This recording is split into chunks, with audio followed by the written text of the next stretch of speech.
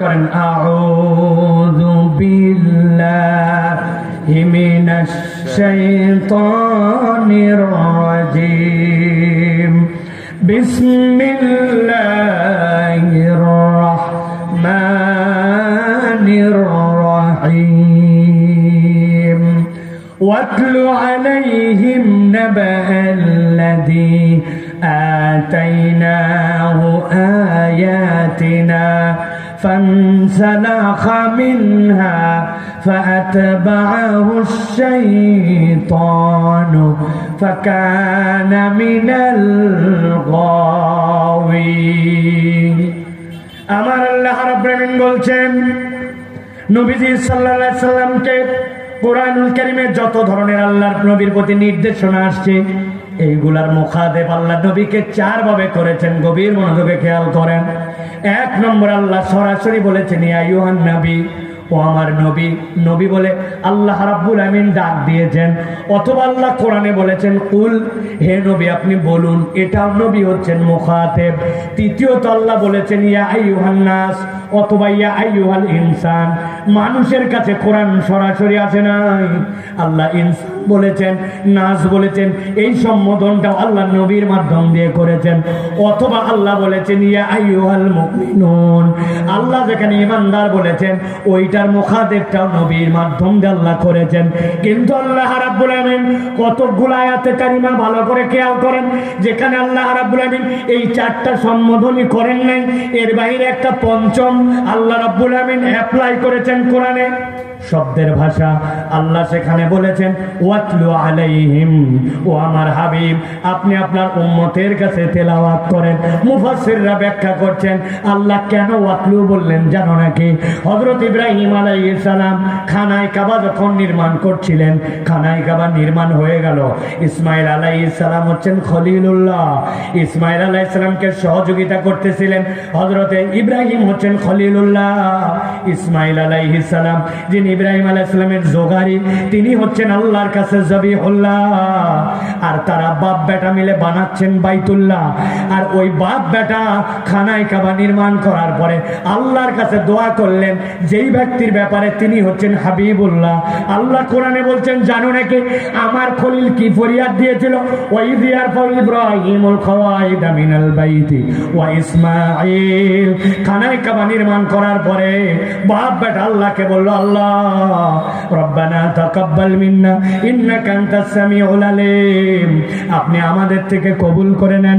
এরপরে তিনি দোয়া করলেন আল্লাহ আমার বংশ থেকে আপনি এমন একজন পয়গম্বর প্রেরণ করেন যার চারটা কাজ হবে। রব্বানা ওয়াবআস ফীহিম রাসূলাম মিনহুম ইয়াতলু আলাইহিম আয়াতিক। এক নম্বর কাজ হবে আয়াত তেলাওয়াত করে করে শোনানো। ইব্রাহিম আলাইহিস সালামের কয় সন্তান? কয়টা? বড় জনার নাম হযরত ইসহাক, ছোট জনার নাম ইসমাঈল। আল্লাহ রাব্বুল আমিন ইসহাক আলাইহিস সালামের বংশ থেকে এত এত পয়গম্বর দিয়েছেন, অজস্র পয়গম্বর, কিন্তু আল্লাহ ইসমাঈল আলাইহিস সালাম থেকে মাত্র একটা পয়গম্বর দিয়েছেন। তিনি হচ্ছেন আপনার আমার হাবিব মুহাম্মাদুর রাসূলুল্লাহ সাল্লাল্লাহু আলাইহি ওয়াসাল্লাম। আল্লাহ দে খলিলুল্লাহর দোয়া, ইসমাঈল জবিহুল্লাহর আমিন, বাইতুল্লাহর মধ্যে বসে হাবিবুল্লাহর জন্য যে ফরিয়াদ কবুল করলেন, আল্লাহর কাছে ফরিয়াদ করেছিলেন হে আল্লাহ এমন পয়গম্বর দেন যিনি তেলাওয়াত করবে তার উম্মতের কাছে, কিন্তু এই তেলাওয়াতটা মিরাকল হয়ে যাবে। কেমন?